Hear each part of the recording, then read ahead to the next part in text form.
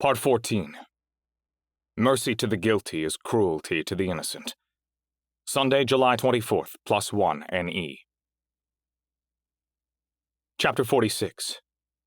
Predicting Winners.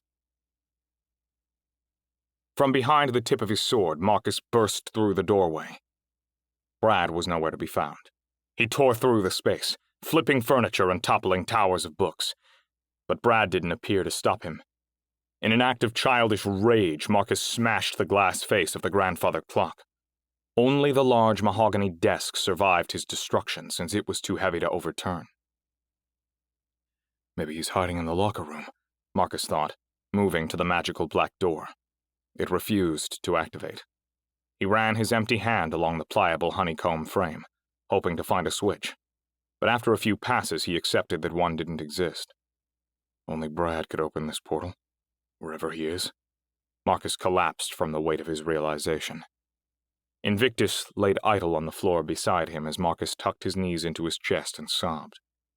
The click of the damaged clock kept rhythm for the dust particles peacefully floating through the air. A tsunami of fear washed up his back, cresting over his head and forcing him onto all fours to vomit. He didn't bother finding a trash can. He felt good ruining Brad's ornate rug. Marcus wiped his mouth, sitting against the frame of the sealed door to watch opaque afternoon sunlight beam through the triplet of frosted western-facing windows. The warmth was disarming, like a reassuring hand resting on him to say that everything would be okay.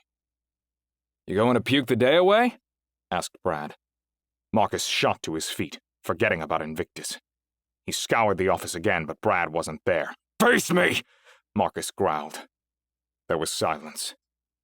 He continued trashing the room. "Face me!"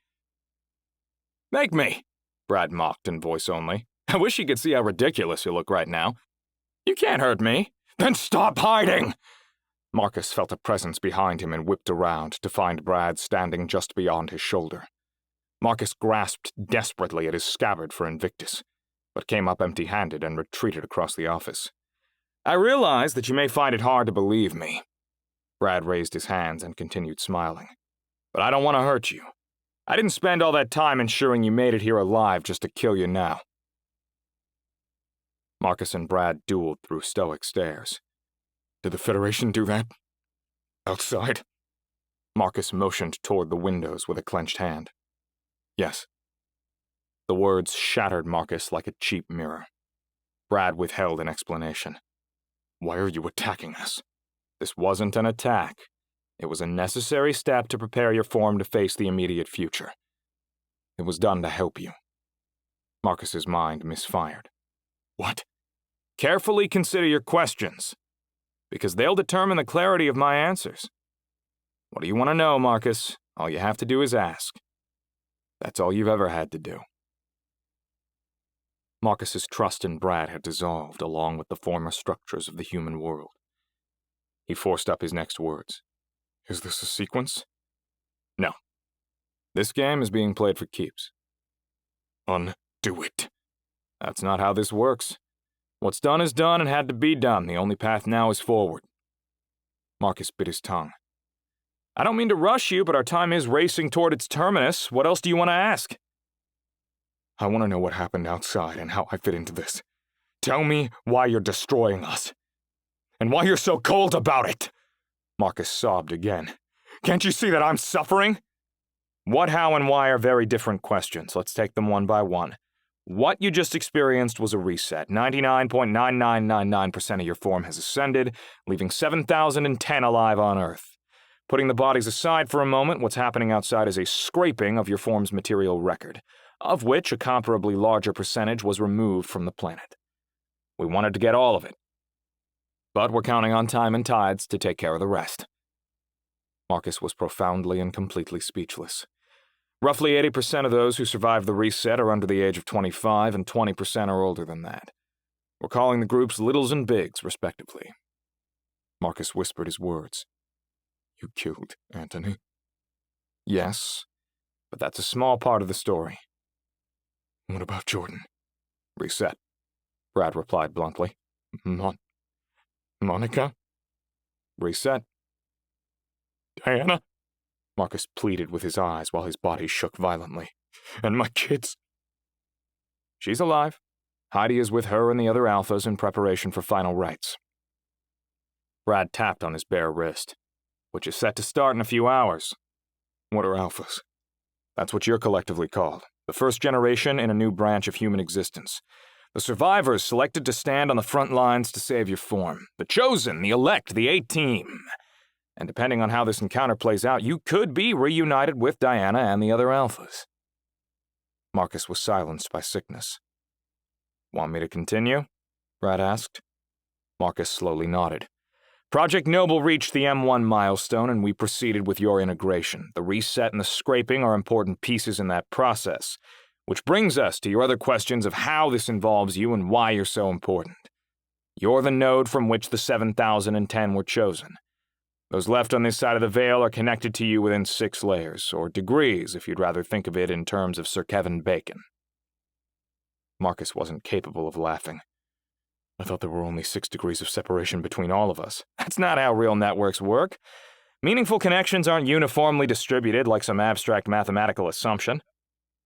They happen in clusters, so it takes way more than 6 relationships to connect you to everyone in a system 8 billion strong." "This wasn't real," he thought. "It couldn't be." "Since our arrival," Brad continued, "we've been learning who you are as a form, both individually and collectively. Every system has unique characteristics that emerge with it. They enforce the collective success, but only being practiced at the individual level. Some of these characteristics support the system, others destroy it. We use the beneficial ones as filters." "Filters?" Marcus barked. "Yes, clear criteria applied equally to everyone. The first filter was that any alphas be connected to you within 6 human relationships," Brad answered. "The second filter was an alpha's likelihood of accepting the reset, at least the inevitability of it, but also, hopefully, the importance of it. Other filters included a passion to improve the world through a unique skill, along with favorable genetics and epigenetics. There were other filters, too, but the point is, we thoroughly examined the entirety of each individual when selecting alphas." "You used me to pick winners." "It's more appropriate to say we predicted everyone's differences with a high level of precision, given the Confederation's ability to react optimally to anything we do and vice versa. Our motivations are totally different. While the Confederation sees you as the resource of interest to control, we are trying to keep you from being eternally enslaved. No big deal," Brad added with a smirk. "So everything we could observe, quantify, and test to help us help you, we did. It wasn't about you alone, Marcus, though you're arguably the most important individual, the first among equals. Rather, we studied your entire form in the same way your scientists would observe a beehive, or any complex self-organizing system. Then, when beneficial, we primed you to test the ways you'd react to specific stimuli." "The PSAs?" Marcus interrogated. "Along with FACT, the Federation forces, Hecate, and the black market, including FTAP and the crypto accounts. Yes to all of them, and yes to your history and pop culture, both of which added important time series and segmentation dimensions. We used the totality of this data to classify which of your form was best suited for integration and reset the others." "So you spied on us?" "On me? Why do you think you can hide? We can see through roofs and walls. Those are artificial barriers you created to keep each other out. They don't work on us. But we respected your only true privacy. We never came into your mind uninvited." "Tech. And X-Tech." Marcus rocked in place. "I don't believe this." "You have to be creative to observe individuals who actively hide. Tech and X-Tech got us one step closer to knowing what you really like, but the holy grail from a research standpoint would be if a specific subset of your form was watched and primed without knowing it. Because in such a situation, they would be their true, unedited selves in all their glory." Subsumption. "Give this man a new family!" Brad bellowed like a game show host. "It's the ultimate data-generating environment, since you can't manipulate your thoughts and behaviors when you don't know who you are or that you're being watched. The pseudo-randomization of those scenarios, free from the conditioning of this specific physical incarnation, let us test and validate how the real you makes choices at a very deep level." "Did your data collection include our private conversations?" Yes. Everything I shared with you, Marcus lashed out, was just done to squeeze information out of me? We came to those conversations with very different motivations. Brad ran a hand over his balding head. I was priming you, seeding a topic for your mind to latch onto before the sequence. It was more of a pinch than a squeeze. Either way, you were mostly honest, which is an important part of why you're still here. Bullshit. It was easier to manipulate me this way. We couldn't make you do anything, Marcus. Subsumption isn't about control, it's about choices, their consequences, and how you learn to navigate that reality to progress. Subsumption placed you in a situation with different options, but you're the one who made the choices. You always had free will. You hijacked my mind. No, we hijacked your brain. You're conflating the two. Your brain is a physical part of your body that interacts with the world based on sight, sound, scent, taste, and touch. Your mind is less temporal, but just as real, and only you control it. We can't manipulate your mind, even if tricking your brain is chemically trivial. DMT, Marcus seethed, true to the spirit of Jordan. The spirit molecule, Brad shouted. You're a hallucination? In a sense, yes. By stimulating your pineal gland, we're able to affect your brain's perceptions, much like a dream does. But unlike the characters in your dreams, the Federation really exists. Just not in a material form. Is Hecate real? Not in the way you're envisioning.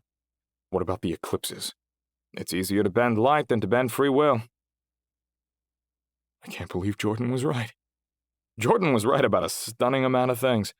A modern Cassandra of Troy, but being able to see something coming isn't the same as understanding what it means. He convoluted most of his theories because he was reacting from fear and helplessness. He saw you for what you truly are, Marcus fumed. Killers. Brad removed his glasses and rubbed the bridge of his nose before resetting them on his face. That's certainly one incredibly narrow way of looking at it. How'd you do it? Tech? Was Jordan secretly using? He never touched the stuff. The reset didn't require any hardware. Given your biological wiring, it was a small step to turn dreams into an eternal sleep. You killed everyone with a dream? Death is just a long version of sleep, replied Brad. Everyone laid down and had the dream of their dreams. The Federation calls it a somnium, borrowing a term from your father's vocabulary. For your brother, this involved watching the space shuttle Atlantis make its final launch with your family. A memory he so fortuitously cataloged for you with Tech in his final moments. For Jordan, it was an epic battle against the Federation, starring me as the antagonist, and involving a level of destruction matched only by a Michael Bay movie. That kid had one heck of an imagination. What about Monica? Brad blushed. You had the lead role on that one. Did they know it was a dream? No. But everyone got a peaceful end, or at least as peaceful of an end as they ultimately wanted. It was extermination.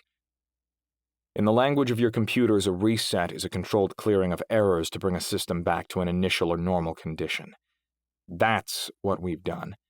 And it's put a damper in the Confederation's chances of enslaving your entire form. My family wasn't an error! Marcus kicked a pile of books at Brad, sprinting past him and sliding across the ground to grab Invictus.